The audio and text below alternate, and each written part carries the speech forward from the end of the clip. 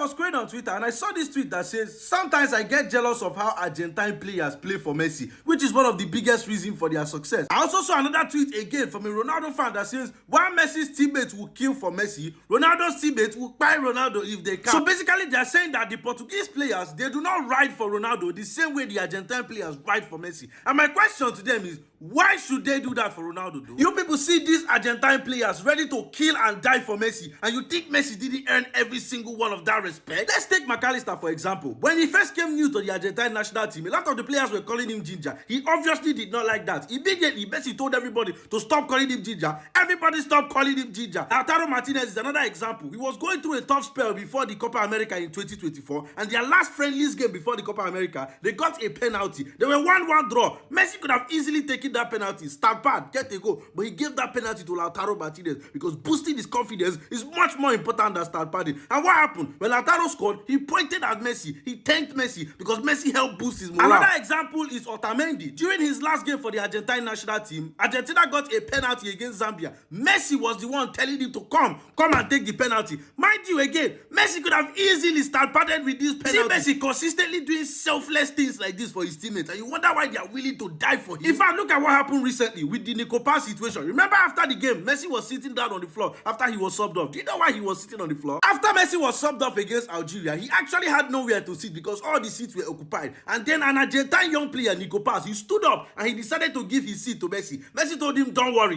about it. I will sit on the floor. Messi chose to sit on the floor than take the seat from that boy. It's always tiny gestures like this, tiny little things like, you see that Nico Paz boy? Messi don't initiate like this. So, that one will join everybody now fighting for Messi just because of tiny gesture like this, little things like this. That's what matters. As opposed to Cristiano Ronaldo, who had a disappointed look on his face when he saw that Bernardo Silva won the player of the tournament in the 2019 Euros over him. Cristiano Ronaldo, who constantly fought and argued that Bruno Fernandes' first ever World Cup goal, his first ever World Cup goal, should have been given to him instead of Bruno. Look at him, kept on doing this thing. Cristiano Ronaldo, who Leao said in an interview that if he doesn't score in a game, he doesn't talk to anybody. Don't take my word for it. Listen to Leao. We won. I think Ronaldo scored because, bro, when Chris doesn't score, he doesn't speak to anyone. Really? Yeah, he doesn't speak to anyone. When the changing room, it's just... Even in this World Cup, when Congo scored against Portugal, Ronaldo turned around and started asking Costa, why did you come out and catch the ball? He was basically blaming that goal on him. And to top it off, recently, his fans has gone to the comment section of all the Portuguese national team players, and they were attacking them just because Ronaldo did not score. On top of that, his own sister is on Instagram attacking the whole Portuguese national team just because Ronaldo did not score. So tell me why?